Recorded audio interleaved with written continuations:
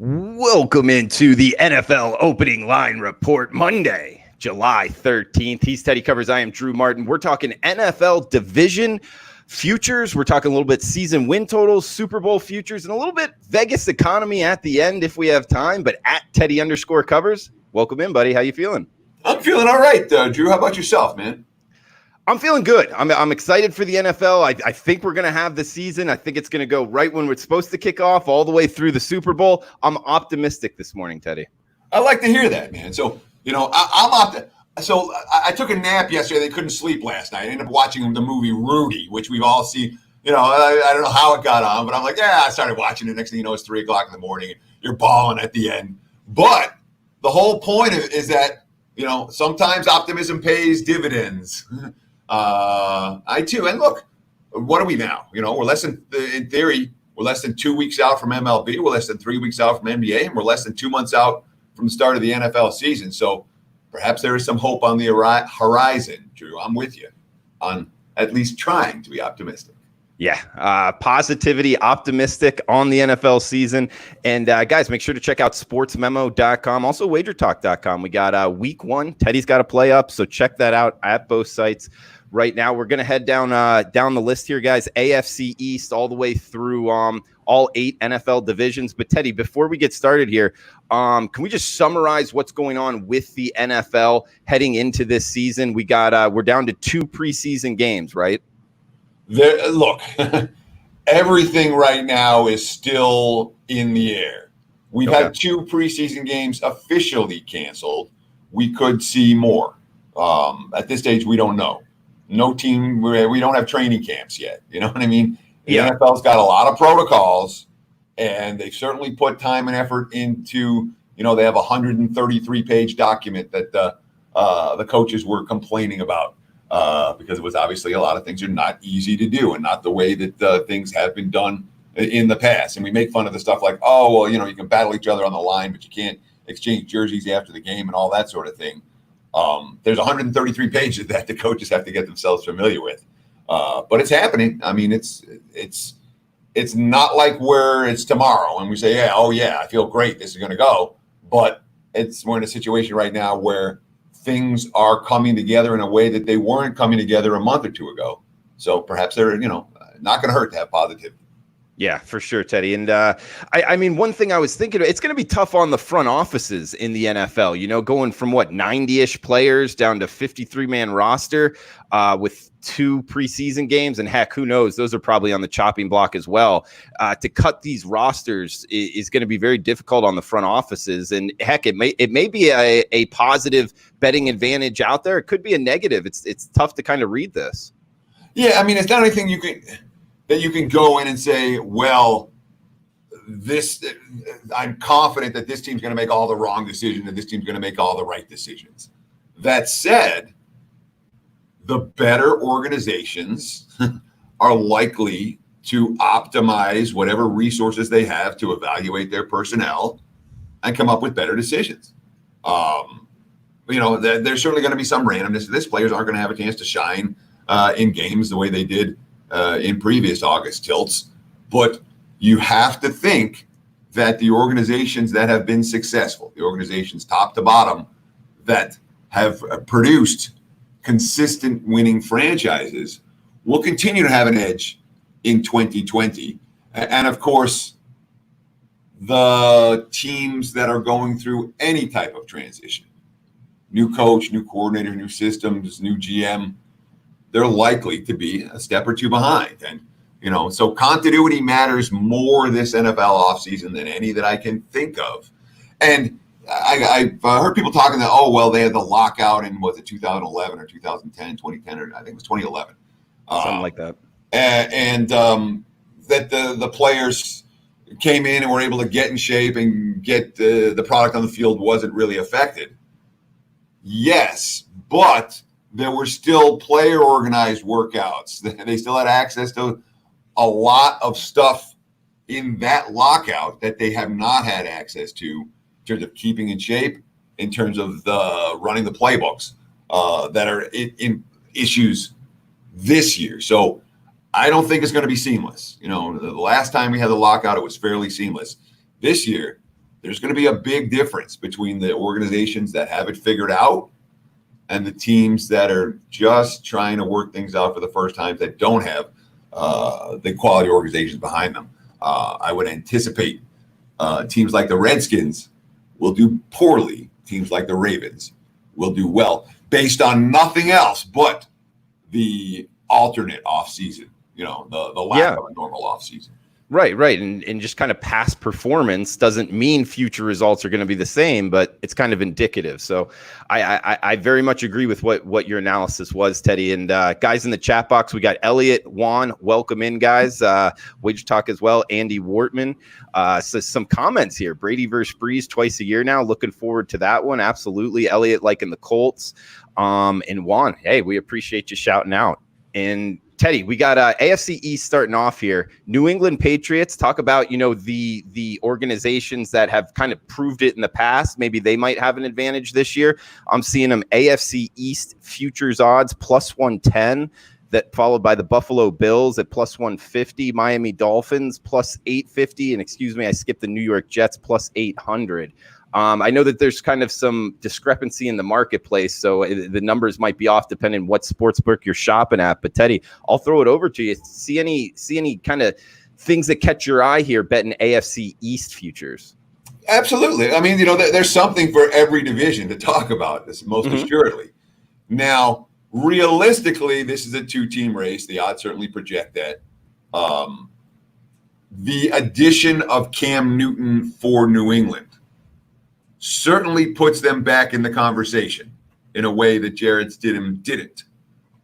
That said, it's a Patriots team that came into went into the offseason with a ton of losses, a ton of question marks, a defense that wildly overachieved last year compared to, there has to be some reversion to the mean. The third down conversion percentages. I mean, the opposing QB rating. I mean, the Patriots defense last year put up numbers that were extraordinary. And even if the defense is every bit as good, the numbers won't be as good because their defensive numbers just off the charts good last year in so many different categories. It's also worth noting, and again, this is not any mainstream info. This is I calculate my power rating for the opponents on the week the game was played. And last year, New England played not one of it was the single weakest schedule in the NFL based on their opponents' abilities in the particular week that they played them. So this year, when you look at the AFC East, we're talking about they face off against the NFC West and the AFC West. And I've kind of broken down the divisions when it comes to win totals. 4 are the easier ones and 4 are the harder ones. The easier ones, if you're facing the AFC East, the AFC South, the NFC East, and the NFC North. Based on this year's win totals, those are the 4 easier divisions, with the South being the easiest of the AFC South being the easiest of the bunch. The AFC North, the AFC West, the NFC South, and the NFC West are the 4 toughest divisions. And you can really split it like that. Easy, hard. So there's only 2 divisions that play hard with their divisional opponents. That's the AFC East and the NFC East. So New England, from a schedule standpoint, be up against it a little bit. So while we're all in love with this Patriots team and we believe in Belichick and we're looking at, hey, it's Cam Newton now. I still think Buffalo. I think Buffalo remains. I'm not going to say they're the team to beat because the Patriots won the division 60 years in a row. But the Bills are absolutely in the conversation to win this division. They deserve to be co-favorites with the Patriots. And if I'm making one bet out of the group, maybe you look at something like Buffalo to make the playoffs. To me, that makes a ton of sense. You don't have to worry about that winning division. It's not like the Jets or the Dolphins are likely to make a deep run this year. So instead of the coin flip on who's going to win the division, maybe you lay a little bit of chalk. And it's like in the minus 180 range for the Bills to make the playoffs. But I think that's a positive expectation wager. I look at Buffalo as being a solid squad. And we're looking at a long shot in this division. I mean, I'm not looking at a long shot in this division, but Okay. I'm more bullish on the Jets than I am on the Dolphins. I think the Jets have the proven quarterback, and we've seen enough out of Sam Darnold that we believe in him. The Jets just put a bunch of money in their offensive line this offseason. A lot of questions for the Jets. I don't think they're a playoff team. I don't think they're a division-winning team. But if I'm taking a long shot in the AFC East, that'll be the way I look. So best bet might be Bills to make the playoffs. And there's worse bets to make than putting something on the New York Football Jets as your long shot in this particular division. And Teddy, when you talk about like getting love, teams getting love, you know, it seems like the Bills, it's not like a secret. You know, people are kind of betting on them to push with against the Patriots in terms of co-favorites, like you said. But the Jets are not getting as much talk, and it shows in the numbers. I mean, the market really hasn't moved too much, pricing them really in the range as the Dolphins, depending where you're shopping. So you're right, you're getting a lot more bang for your buck there with the Jets, Teddy. And you also made a point of everybody loving the Patriots. And actually the Patriots are the one season-long bet that I've made so far in the NFL. I bet the Patriots. I didn't bet them on the futures, but did take them over 9 wins at the South Point. Most of the marketplace is at 9.5. I took them over 9. And I'll tell you that I don't want to call it hate on Twitter, but there was a lot of people negative on the Patriots. And of course, Twitter makes for more negativity than positivity, but it is what it is. I did want to throw that out there that I'm not sure everybody is bullish on the Patriots. I'm not sure. I'm confident they're not. The initial market moves and the initial market support for New England in the offseason was not comparable to what it's been in other years. And then with the signing of Cam Newton, the Patriots got a jolt. But again, the defense is primed for significant regression. By my numbers, they played the easiest schedule in the NFL last year. It's not even close. I mean, it really wasn't. I was shocked the difference between the 32 team and the 31. I'm not shocked because I looked at it before, but the Chargers had my 31, and the Patriots were way easier than that. In terms of SOS. But when you have this type of an organization in this type of an offseason, a proven organization with a head coach like Belichick, who we trust in spots like these more than your average coach, I think that there's a mixed vibe on New England right now. There really is. There are plenty of serious analysts out there that still expect a significant regression from the Pats as to where they've been. I don't see, but there was also some talk at the start of the offseason. Well, it's tank for New England, and they're going to be playing for Trevor Lawrence in 2021. And no, I haven't seen any indication of anything like that. You know, the Patriots I expect to be in the discussion. Last but not least, you talk about the Jets and the value. Yeah, there's tons of value on the Jets. They're not being talked about, but the Jets aren't as good as the Bills or the Patriots. And for the Jets to actually win the division, it would take cluster injury problems for one of those two teams or a COVID outbreak or something like that. All right, Teddy, great stuff. And the director, Abel, Davis, Andy, thanks for chiming in there on the chat box, whether you're watching on Twitter or YouTube. Appreciate you guys joining us. Please smash the like button and feel free to throw out any questions here in the chat box. We got odds to win the AFC North up next, Teddy. We got Baltimore Ravens minus 225 favorites here. We got the Steelers plus 350. The Cleveland Browns, I'm seeing plus 600. And Cincinnati Bengals, 20-1 to win the division. Teddy, throw it over to you, man. What are you thinking in the North? Yeah, and again, you know, we're looking at two different apps right now, and I got very different numbers than the ones that you have, which shows, again, the value of line shopping. I got the Ravens at minus 300, the Steelers at plus 475, the Browns at plus 450, and the Bengals at 35-1. If you want to bet Cincinnati to win the division, knock yourself out. Note the minus 300 on Baltimore. There's only two legitimate chalk to win the division, the Ravens and the Chiefs. The other chalks are in the minus 110 or minus 120 range against the other three teams. But you're going to have to lay $3 to win $1 on Baltimore as a season-long wager to win the division. Even more than that with Kansas City. That's not something I'm willing to do. Okay, I understand the Chiefs are truly an elite team. They're the Super Bowl winners. We made money with them last year. We made money with them the year before. Catch Super Bowl winner on Kansas City. Baltimore's right there with them. Mm-hmm. Okay. And in terms of all the things we look for in the offseason, is the depth there? You better believe the depth is there. I mean, the Ravens might have, top to bottom, might have the deepest roster in the NFL. Is the coaching there? Is the continuity there? Is the organization there? Yes, yes, and yes. Is the quarterback there? Now, this is an interesting question. Everyone is saying Lamar Jackson, he's proven himself. He's a done deal. He's a stud. And we've seen a lot of that. Boy, he was good last year. I want to see him do it twice. I do. Before I'm willing to anoint him. We saw Patrick Mahomes do it twice.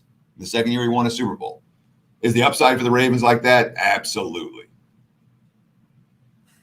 Let's see what Baltimore, to me, they're so well coached and they're so well designed. Just wonder what teams have done this offseason to try to defend them. And if there's one team that can defend them, well, there's two teams that can defend them in this division. Cleveland's defense is really good. Pittsburgh's defense is really good. We fall in love with offenses. It's natural. It's normal. It's what people do.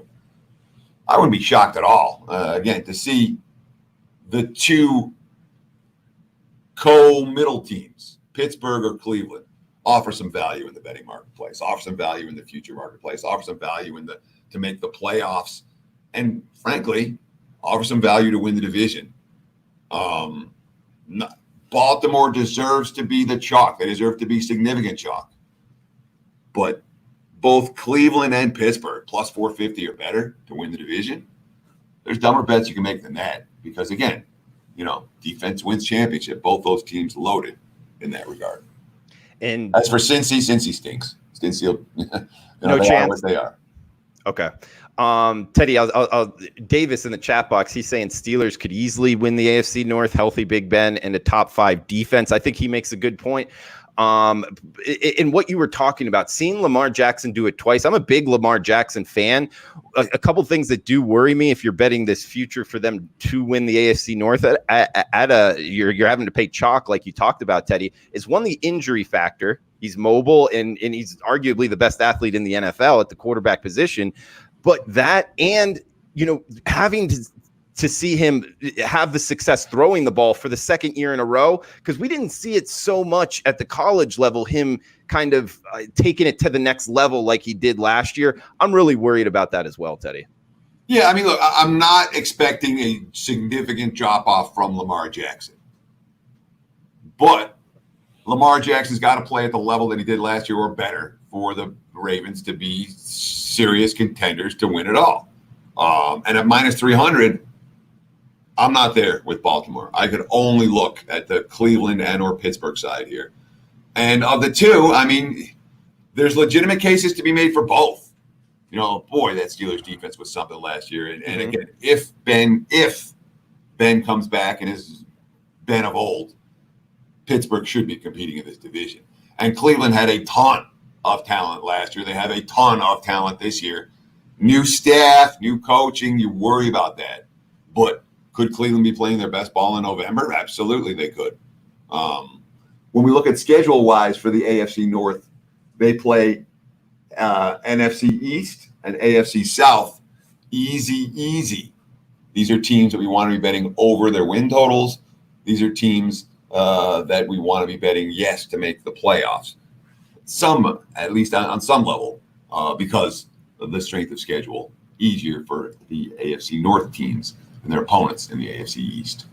Okay. Teddy, we got Davis asking what Pittsburgh's season win total is. I'm seeing South Point showed 9 flat here. Also, Andy Wortman saying, how much life does Big Ben have left? That's a big question I have. Outside of the Ravens in this division, people talking about the Steelers' good defense, which they do have, and a healthy Big Ben. But how much does he still have gas left in the tank, in your opinion, Teddy?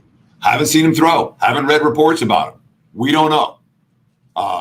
That's the answer. The answer is question mark at the QB position for Pittsburgh. Now, Mason Rudolph, again, he got hurt early. He didn't have much of a chance last year, and then he got hurt early as he played. At no point at Oklahoma State was we looking at Mason Rudolph going, yeah, this guy's going to be a stud. This guy's going to be, even when he was a freshman coming in, you're like, with that weird throwing motion. Can he be serviceable for a team that can run the football? Potentially, but 9 wins, I mean, that's the right number for Pittsburgh. That's the way I line them, right at 9. Okay. And Teddy, kind of last question here, because we do have some people, including Mid-Major Matt. Welcome in, Mid-Major Matt. Scott Brown asking, don't believe the MAyfield hype after one good half a season. We're seeing the Cleveland Browns. We talked about their future being pretty pricey here, plus 600 to win the division. I'm also seeing at the South Point, 8.5 is their season win total. I don't know, Teddy. I'm kind of looking to fade the Browns again. It looks like Mid-Major Matt's agreeing with me. Would you talk me off of this under for the Browns? I'm leaning the other direction. So you like the MAyfield hype, or is there a different reason why? Take MAyfield out of the equation, okay? Okay. Grade out the personnel on defense. That defense is loaded, okay? That's a defense that compares with Baltimore's and Pittsburgh's, okay? Offensive line, big problem area last year. What they do, they put resources into it. Is it going to be better? Maybe. They did address the problem. Skill position talent. Cleveland's loaded. I mean, forget about Kareem Hunt and OBJ and Jarvis Landry and Austin Hooper and whoever else. Nick Chubb. I mean, they have an enormous amount of skill position talent. So the pieces are in place for MAyfield to have success. Will he have success? Can't guarantee it. Is there a better chance of him having success this year than last year? Definitely. Okay. And it looks like some guys on Twitter, Birdie, chiming in here, seeing this is where MAyfield will shine. Teddy, I'm just a guy that I think his skill set was a lot better to have success playing the quarterback position in college football rather than in the NFL. That's just my personal assessment. So therefore, I really can't be betting this 8.5 over. Just kind of wanted to throw that out there for you, Teddy. But we do have the AFC South up next if you're ready to transition here. Yeah, sure. I mean, the one thing with Baker Mayfield, it's to say that his skill set isn't going to play or that he had half a good year and then it's not. We've seen many quarterbacks come in, have a great season, have a great half season, have a great couple of years, and they're not the same guy afterwards. We've seen other quarterbacks stink, and they get better and better, and then, wow, maybe he's pretty good. We have guys who don't get hyped and don't get drafted and end up signing $100 million deals like Kirk Cousins. I mean, you can go on and on down the line. Is there hope for Mayfield? Yeah. Is it a lock? No. So, I mean, that's my take. I don't think it's a hopeless situation. Mason Rudolph's never going to be a star NFL quarterback. Will MAyfield? At least there's a chance that that's a possibility. Fair enough, Teddy. And guys, this is the NFL opening line report. If your first time watching, we do this every Monday, 10 a.m. Pacific time right here on the WagerTalk YouTube channel. Come back and join us. And also, please smash that like button. It does help us out. We got odds to win the AFC South up next, Teddy. Indianapolis Colts leading the way at plus 110 to win the division, seeing Tennessee Titans plus 180, Houston Texans plus 350, and then drop off here to 20 to 1 as the Jaguars kind of rounded out here 4 out of 4. So kind of a tight bunch there at the top, Teddy, and then the Jaguars rearing up the end here. But I'll throw it over to you for the AFC South. Sure. And this isn't a division where I'm going to get involved with one of these bets because there's too many live teams, There's 3 live teams in this division, and the markets show it. Indy and Tennessee have an advantage, have multiple advantages over Houston. Namely, their coaching's not as bad. But they also have a strength of schedule advantage over the Texans. When you look at this year's win totals and basing your strength of schedules on this year's win totals, Colts and the Titans are the 2 easiest schedules in the NFL. That, of course, has to do with the fact that the AFC South playing the NFC North and the AFC North. The NFC North is a relatively easy division. The AFC North tougher. But when we look at the particulars of the Colts and the Titans, for Indy, it's we talk about the 2 extra games. The 2 extra games work out very well for both Indianapolis and Tennessee. Jacksonville, for a last, I'm continuing to look at the bottom feeder teams in the NFL and going, there's hope. The Jags are not a hopeless team for last place. At 20, I'm seeing even as high as 25-1. There's worse bets you can make if you want to take a flyer on Mustache getting something done this year. There really are, especially in a division where these guys might beat each other up a little bit. Phillip Rivers and the Colts are certainly the team that's gotten the hype in the offseason. Indy's bringing basically everyone back from last year, with the exception of they've upgraded at the QB position. Their offensive line is really good. Their defense was better a year ago. There's certainly things to like about the Colts. On the other hand, you got an aging quarterback who didn't play well last year. And it's the same story with, when the QB falls off the cliff, it happens quickly and they're done. Does Big Ben fall off the cliff this year? Does Drew Brees fall off the cliff this year? Does Phillip Rivers fall off the cliff this year? It's possible.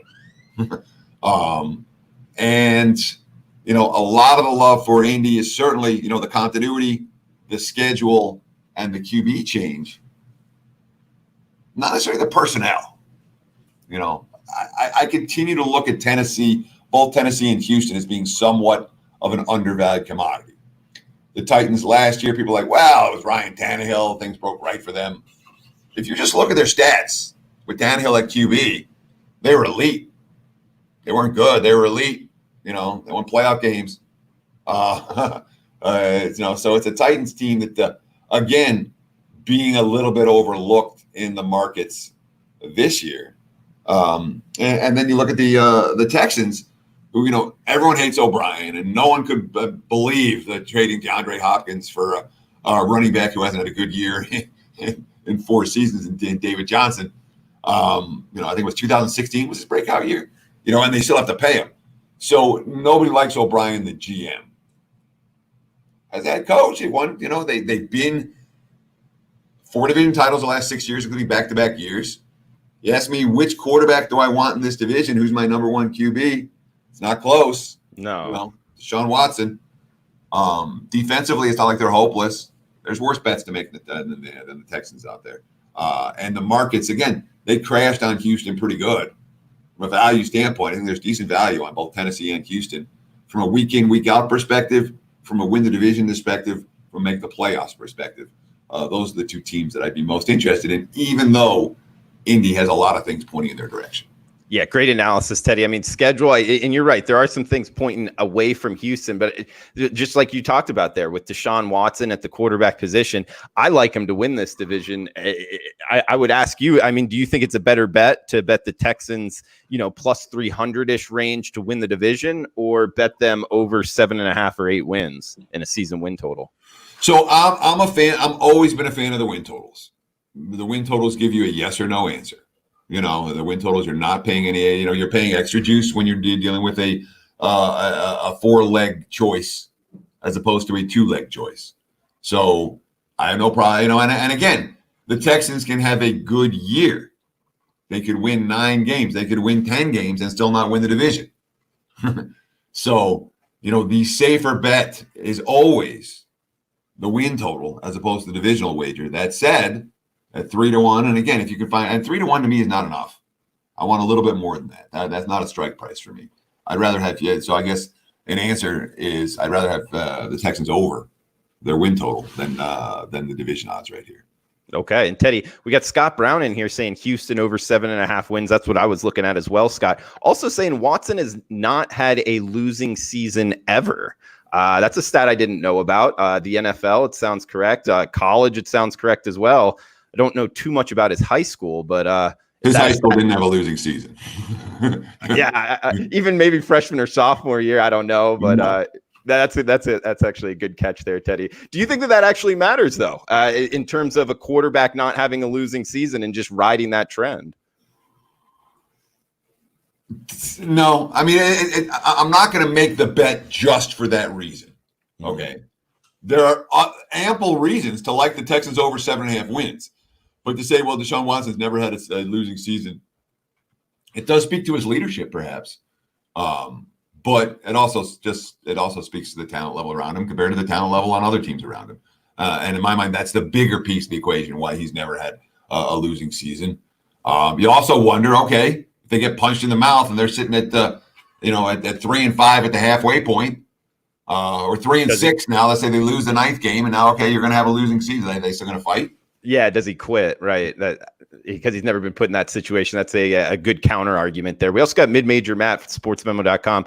Check him out there. He has a good point. Tell me how healthy Watt, Cooks, David Johnson, and Will Fuller are, and I'll tell you Houston's future. Good stuff there from Mid-Major Matt.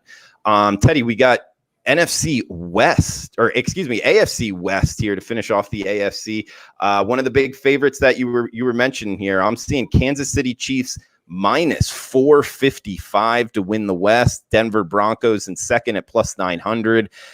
The LA Chargers, not to be confused with the San Diego Chargers, at plus 950, and our Las Vegas Raiders at plus 1100. Teddy, what are you thinking for the West futures? And again, I'm going to give I like that you're giving numbers from South Point. I'll give numbers from Caesars, where you have the Chiefs at minus 4.25, the Chargers at plus 600, and both the Broncos and Raiders at plus 1,000. Let me start with this. I think I like every team in this division. There's something to like about every team in this division. When we look at the AFC West, they placed the NFC South and the AFC East, one hard, one easy, so middle of the pack in terms of SOS numbers, strength of schedule numbers. When we look in particular, let me start with the defending Super Bowl champs. I have no interest in fading the defending Super Bowl champs. I believe they are every bit as good as they were a year ago. They might be better. See how the defense is. Remember how much better the defense got as the season progressed last year. And remember what the defense did in the post, when push came to shove in the postseason. That defense did nothing but make plays. Yeah. Obviously with Mahomes and then the best skill position talent around him and an elite offensive line, Kansas City's going to be there. At minus $4 or minus 4.25. What'd you say the number was at South Point? I'm seeing it minus 455. I don't like that at all. Yeah. To win the division, there's no way I make that bet. Not a chance. Especially because we like all three teams underneath. Denver, man. There's hope for Denver in a way there hasn't been. All right. I agree. Their young, skilled, and talent impresses me. Locke showed, and again, he's a young QB. He showed signs last year, but can he have a breakout like Lamar Jackson did last year? Wouldn't shock anybody. Defensively, Denver has plenty of pieces, and Fangio is a defensive mind that I respect enormously. At 10-1 to win the division, there's dumber bets. But even a playoffs for Denver, you're getting a nice plus price, and they're live. They're live dog. The Chargers, I guess I'm less bullish on the Chargers because I expect them to make the move at some point to Justin Herbert at the rookie QB. And build for the future. Yeah. So the Chargers, I'm not as excited about. And the Raiders were pretty bad down the stretch last year. They were really bad down the stretch last year. When you look at Vegas on paper, skills and talent, fine. Offensive line, fine. QB play, you have a acceptable backup in Mariota or whoever wins the job. It's not a disaster QB situation by any stretch of the imagination. I grade them higher than a bunch of teams at the QB position. The offense should be scoring points. I have a lot of questions about the defense. We'll probably be playing Raider games over the total this year. But sometimes you find the offense that gets hot and they're scoring points, and then you end up with like a Chiefs team from 2 years ago that wins a whole bunch of games. I wouldn't be shocked if the Raiders are good. I'm not calling them great, but good. But Denver is a team that I like. The Raiders are a team that there's hope for. The Chiefs are obviously the team to be. I'm not looking to fade Kansas City, but I'm not laying that price to win the division, or to make the playoffs or any of that stuff. All it takes is one Mahomes. And they're still coming back with Matt Moore as the backup, right? Is that I'm not sure. I saw something they re-signed him. I'm like, that. Well, that's that. All it takes is one tweak for Mahomes, and KC season is over.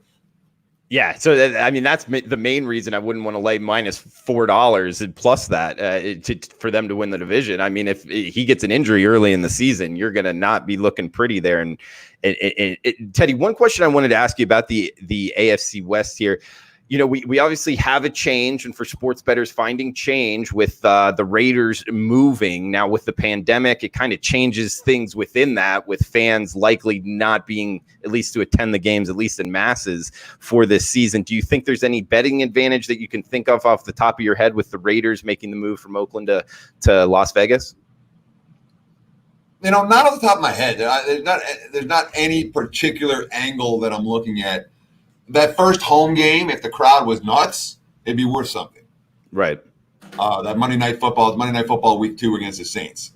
The crowd's not going to be nuts, barring, whatever. The crowd's not going to be nuts. There's not going to be a crowd. At this stage, I think we can safely say that.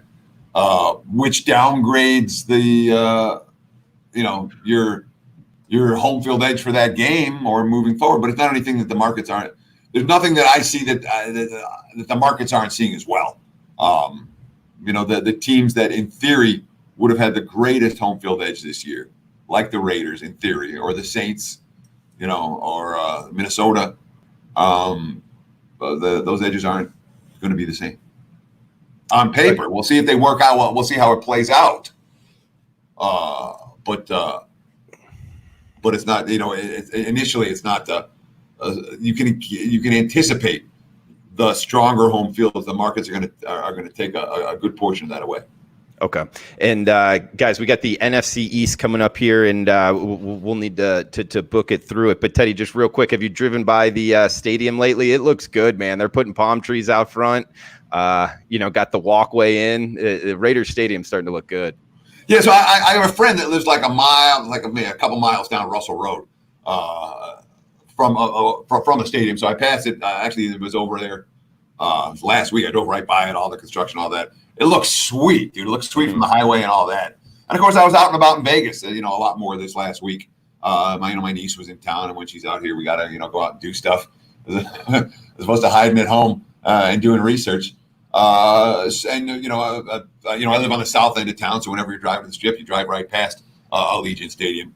It does look pretty cool. I can't wait. And again, I want to be there that Monday night when it opens. But unfortunately, it doesn't look like that's going to happen. No, not at all, Teddy. But we got NFC to cover here. Start off on the East Division. We got Dallas Cowboys. I'm seeing them pretty much pick them minus 105 here. Philadelphia Eagles plus 140. New York Giants plus 900. And the Washington, I'll call them the Washington football team. They're listed as the Washington Redskins here, plus 1,300, Teddy. Throw it over to you for the NFC East futures. Yeah, we can call them the Skins. That's, for now, they've been the Skins to me for some time, and they will remain the Skins until proven otherwise. Although I heard that one of the reasons why they haven't, they announced that the Redskins name is gone, but they haven't brought the new name in, is because someone went out and trademarked everything.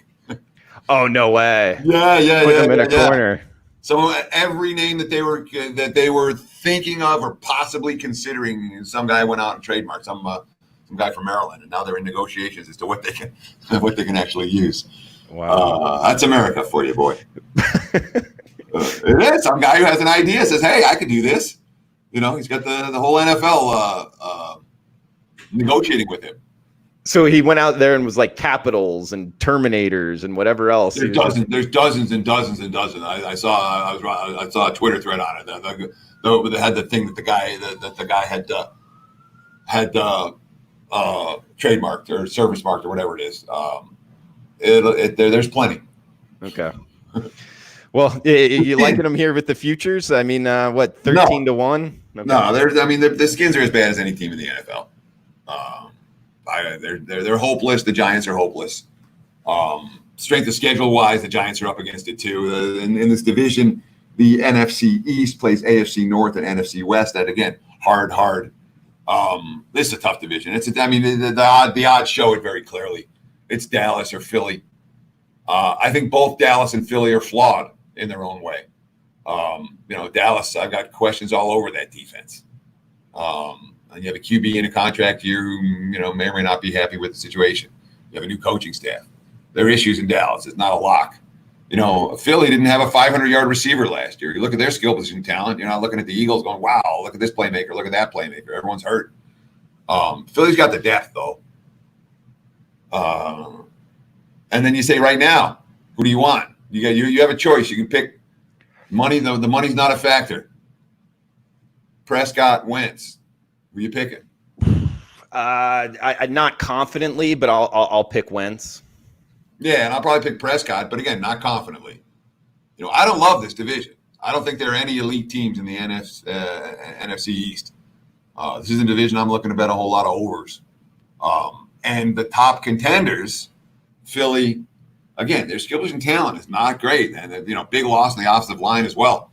And Dallas has the defense is. I understand they can score points, but you got to get stops, and I don't know where the stops come from Dallas. So even though this is not a division where I like anything, but I know. So normally when I'm like, here are the two co-favorites, and they're both flawed. Find me a dog that's live. I don't look at Danny Dimes as being live. No, I know they have decent skill position talent, but that's a team with a lot of holes as well. The skins aren't there either. So this is a fade division, and the teams that face the NFC East are going to have a little bit of an edge. What don't you like about Danny Dimes that's really keeping you off the Giants? It's not Danny Dimes; it's the talent around him. Okay. No, I know. I mean, he showed us stuff. I was impressed. He made me money, at least for a couple of weeks last year. I rode for a little while, but the offensive line isn't good. The defense isn't good. There is,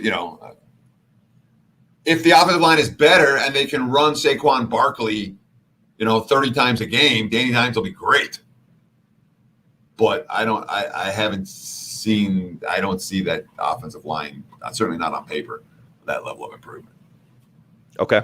Teddy, we got 3 divisions left, and Chris WagerTalk in the house. Thanks for all you do behind the scenes, Chris. Mid-Major Matt saying Wentz 4,000 times better than Dak. I do believe Mid-Major Matt is a Philadelphia fan, though, so keep that in mind. Teddy, we got NFC North up next. Minnesota Vikings plus 150 I'm seeing here at the South Point. We got Green Bay Packers plus 170.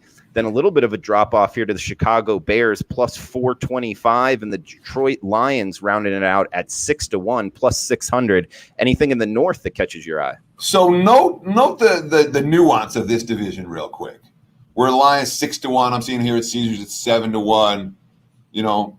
Compared to the other divisions we've talked about, where the Jets are 10-1, and the Bengals are 35-1, and the Jags are 25-1, and the Broncos and the Raiders are 10-1. And the Redskins are 22-1. This is one of those divisions. The Lions. Can we make that case? I don't know if we can make a case they have the best QB in the division. And I know Aaron Rodgers in this division. I know Aaron Rodgers had a year last year that was in many ways impressive, certainly in terms of his lack of interceptions. Matthew Stafford was pretty good. This is the division again. There's with the two favorites are both plus 150 in the Minnesota and Green Bay. And again, much like the NFC East, I look at both of these favorites as being flawed. All right, Minnesota is good. They are not elite. Their defense is solid. Their offense is hit or miss, and we've seen that enough from the Vikings in recent years. I don't think that changes this year.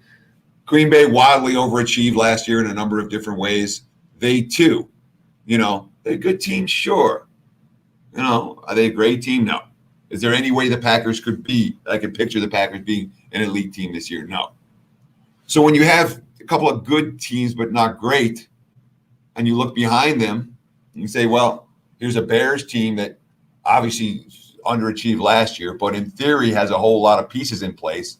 A team that might be like the Browns from a year ago, underachieved it, but the personnel comes back. I think there's some hope for Chicago. And a similar story in Detroit. And both of those, you have coaches in the hot seat. Things go wrong. You have coaches fighting for their jobs. But in this division, as much as any other, if I'm making a bet to win the division, it'd be Chicago or Detroit, not Minnesota or Green Bay. I'm with you, Teddy. I mean, I think the Chicago Bears are kind of sleeper here. Remember that defense last year? And I love the fact that you're breaking it down in terms of the profile that you're looking for from an underdog with two teams at the top, and then look for that next team down, that type of profile to the bet. That's a smart handicap there, Teddy. Thanks for throwing that out there. I didn't realize that before this show. So good stuff, guys. Each and every Monday, NFL opening line report right here on the WagerTalk YouTube channel. We got two more divisions. NFC South, starting it off here, kind of a bunched up division as you would think. The New Orleans Saints minus 130 to win the division. Tampa Bay Bucks plus 160. Then a drop off here to the Atlanta Falcons plus 900. And I'm seeing the Carolina Panthers at 20-1 plus 2,000, Teddy. And again, we're looking at two apps from two sports books here in Vegas. Okay. But with these numbers, there's no Don Best screen. There's no Sports Memo Live odds screen that lets everyone know what the numbers are. If you're going to look for the divisional odds, you got to go through all the apps and click through. Give your numbers again for those teams if you can, please, Drew. Saints. Minus 130. I'm minus 105. Bucks. Plus 160. I'm plus 150. Falcons. Plus 900. I'm plus 650. Big difference. Panthers. 20-1 plus 2,000. I'm 11-1. Big difference. Wow. Yeah. All you got to do is shop, you know? No, and Teddy, just from living here for under 1 year, 10 months, it's kind of almost, it becomes part of your job looking at the apps. And then sometimes I don't have the app, so I got to go get in my car and drive and go look. It's kind of a process. Get the app. Yeah, I know. I already have 5. I need to sign up for more. Sure, and you can sign. You can take 2. I think you can sign up for $20 or $50. It's not like you have to go down there with 10 dimes or something. You know, you just yeah, but then it's not, and then it's not worth it. You know, if you're only doing it for $50, you got to at least kind of put. I'm just saying, like, if you're not bankrolled to open 20 apps, you open them anyway, and then you worry about putting the bankroll in later. Okay, does that make sense? Yeah, makes total sense. All right. NFC South. You know, I mean, the Saints are getting the band back together for one more run. I thought they were another team that wildly overachieved last year. I'm not asking the Saints in this division at even money. No. You know, the Bucks are the do you want to bet against the NFL Brady and Arians? And Brady, again, down the stretch last year, he showed signs of his age. And maybe that happened again this year. Teddy, I'm lukewarm. I'm not one of these guys that's, convinced that they're going to be great, and also not looking to fade them either. I'm not 100% sure. Exactly. It's like maybe not, but this is not a team where I'm going to fade this team. No, me neither. Tampa's not they're wildly overhyped, like Cleveland last year, and then they're going to be an easy fade, and you make money going against them. I don't get that sense from Tampa. Atlanta was a team that initially in the offseason, I'm like, yeah, there's hope for the Falcons. And then you look at their schedule. Based on this year's win total, it's the single toughest schedule in the NFL. I want no part of the Falcons. And Carolina. And again, for a hopeless team, Carolina has a decent amount of skill position talent, and okay looking. Well, they have a ton of new faces on defense, but expect the Panthers to be a last place team. This isn't a division where I'm betting, where I've done anything with. In terms of the odds to win. I've got my fair share of questions about everybody in the NFC South, even though it is power rated as one of the elite teams or one of the good divisions as opposed to the bad divisions. Teddy, we got one more division left. Odds to win the NFC West. San Francisco 49ers leading the way, minus 105 here, pretty much a pick 'em price. We got Seattle Seahawks in second, plus 225. LA Rams plus 500 and the Arizona Cardinals plus 750. Yeah, and again, just shopping around, the 49ers minus 115, not a big difference. You get a good return on Seattle here at plus 255 at the Caesars app, plus 475 in the Rams, plus 600 on the Cardinals. So you are seeing the differential disparity from one book to the next. This is, in my opinion, the toughest division in the NFL. The last place team is capable of winning first place. The 49ers are really good. Both sides of the ball. Let's not forget they had 17 guys on injury reserve at the end of last year. They're back. San Fran is loaded. They were 10 minutes from winning the Super Bowl. Yeah, they're loaded. So then you say, all right, well, what about Seattle? Well, you have Russell Wilson. And it's, we talk about QBs who don't have losing seasons. Russell Wilson. Has Wilson had a losing season? Not many. I don't know. Not many. I'll say that. And again, a team that finds ways, an organization that has been extraordinary. Bet on. San Fran's bet on. Seattle's bet on. I think the Rams might have the most value of any, in terms of like future book odds. And I know we're not going to have time to get into the conferences and divisions, but, this is a team that was in the Super Bowl 2 years ago. They had salary cap concerns and jettisoned some big name vets. I'm not always worried about the big names being gone. I think the Rams are loaded. I wouldn't sell them short. Again, brand new stadium, just like the Raiders. And the team has gotten the most hype of all, or not of all, but in terms of off-season hype, everybody loves Arizona. And you can't not love Arizona, with the exciting young QB. And you look at their skills and talent, their offensive line. If the defenses can do anything for Arizona, they're going to be in contention. They're shiny. They're the sexy pick, Teddy. They are. The Rams are the pick. Again, this is a brutal division. The Rams to make the playoffs it absolutely stands out to me as a bet worth having in your pocket. It's not like this is a division where I particularly want to. And again, you're plus 150 is what I'm looking at Caesars right now for that bet, and it's not stealing. But remember, we didn't like the depth in the NFC East. We didn't like the NFC North all that much. We thought the NFC South is a little bit overrated and, a QB injury or two from being very mediocre. So the best division is the NFC West.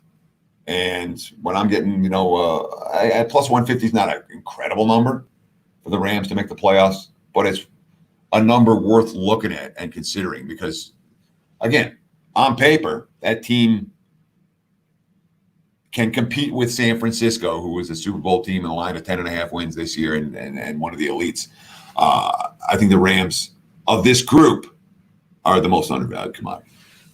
And Teddy, that does it for the divisions. I know we are running a little bit out of time here. We were trying to get into the futures for the NFC and AFC championship. Not sure if maybe you had a team name that you think might be worth kind of swinging for the fences here for a conference championship. Sure. I mean, again, whenever I'm talking about winning conferences or winning the longer shot bets, okay, what I want is a team that I can get in the 20-1 plus range. So if they make the playoffs, I can hedge, where you can lock something in. And when you look at teams in that range, Bears at 20-1. There's dumber bets than that. Cardinals at 25-1. I don't want the Falcons. I don't want the Giants. Lions at 25-1. I mean, come on, Lions aren't going to the Super Bowl. I'd rather have Lions over their win total. The Rams certainly stand out, plus 1,300 in that regard. Not one that I would have any. And of course, Bills at 10-1. Broncos at 20-1. Houston Texans. No. O'Brien, the Texans. I'm not seeing 25-1 to win the AFC. There's a reason that they make the playoffs every year and then don't do anything. I don't want with that profile that you just said. That would make me think quarterback, but they do have a good quarterback. Yeah, there's a coaching element to that as well. Okay, fair enough. I could have sworn they had a 4-score lead against the Chiefs last year in the playoffs, and it was gone by halftime. Something like that. Yeah, and that's when something like that happens. Was it that game they were up 24? Or was it the other one? I forget. Yeah, it was against the Chiefs. I thought it was 3 or 4 scores. Yeah. Yeah. I mean, it was 3 and 2-point conversions, but that you can only blame when it falls apart like that. The finger pointing goes to the coaching staff. Okay. Teddy, we were also supposed to talk a little Vegas economy here with the pandemic. We don't have much time, man. Did you have a topic or two you wanted to throw out here to the watchers? Well, did you see how they closed the bars, but then they're now defined like everything's being defined as what's a bar? Yeah. I actually met Ski Profit out on Friday night here at the Flamingo, and Cool. it was right when they were kind of bringing up and closing the bar. I actually tried to get a drink just to kind of say I could, and the manager was like, "Nope, we're closed. It's right before midnight." So kind of was a damper on the night, but still, it's just kind of wild how this is all going down. They're literally closing it at midnight on Friday, and all the bars are now closed. But if you have a bar, you can still sit at like a table or a booth, and somebody can serve you. You just can't go to the bar in Las Vegas. Yeah, it's and so and I was out on the strip a fair bit this last week, and it's like it's half normal, but it's half not normal. You know what I mean? Because you have things like, I mean, obviously it's not normal because everyone's walking around in masks and the place is half full. But when the restaurants are open and when things are open and there's people in all the other parts of the casino besides the gaming floor, there's a flow, and it's just not that way right now. Where the stuff's open, but there's still so much closed and so many casinos closed on the strip that you're not getting your true Las Vegas Strip experience right now. And Teddy, as a guy that's lived here for a while, the economy and you've seen the ups and the downs. Where do you think we are in terms of how far down the Las Vegas economy is? Do you think now is a good time to kind of invest in the real estate market here and in a business here, or no? You think there's still further to fall? You don't want to hear my answer to this. Okay. I'm so from a real estate standpoint, Vegas has a significant. It's not going to be like 2008 where the bottom falls out of the market, and there's two reasons. One is that they haven't overbuilt the way they did in 05, 06, 07. They built every piece of property. There were so many houses. The supply is shorter now. In addition, we continue to the high tax states continue to we're getting the consistent people coming from California. We're leaving the high tax state and coming to Nevada, and that's a steady flow. It's been steady now for the better part of the last 20 years. That's not going to change. Where people are emigrating out of the high tax states and ending up in states like Nevada. So that's a good sign for all of that. But to expect the casinos to come back, all of them, the way that it was pre-pandemic, I'm not seeing that. I'm not seeing that short term, not even close. And that concerns me about the unemployment rate and what the unemployment rate in this town is going to look like. It's already, it was the highest in the nation, or one of the highest in the nations. I think Rhode Island was higher. But if the unemployment rate stays elevated for an extended period of time, that's certainly not good news for the Vegas economy. 100% in agreement, Teddy, and we're up against it time-wise, guys, but I thought it was a great show, Teddy. Thank you, man. Great analysis. Thank you to everyone in the chat, Jonathan, Andy, David, Davis, Chris, all you guys, many, many more. Appreciate you joining us. Please smash the like button on your way out. Next week, we got MLB season win totals, and following that, we're going to talk NBA season win totals with a look ahead towards the seasons in this time slot, Monday, 10 a.m. Pacific on the WagerTalk YouTube channel. Anything you wanted to throw out here, Teddy, before we shut it down? Yeah, next week we get to talk baseball, dude. And the week after we get to talk hoops. Yes. In a real way with games and futures and all of that. And I wanted to wait. We talked about doing it this week, and I decided to hold off until next week. And next week will be literally the week of the MLB is supposed to start. We'll have all the info. We'll have all the market numbers. Same story for the following week with NBA. So I hope you'll join us. Thank you so much for taking time out of your busy day to hang with Drew and I. I know we're up against the clock. Cheers, guys. Thank you. All right, guys. Peace. Best of luck with your bets. We'll see you next Monday.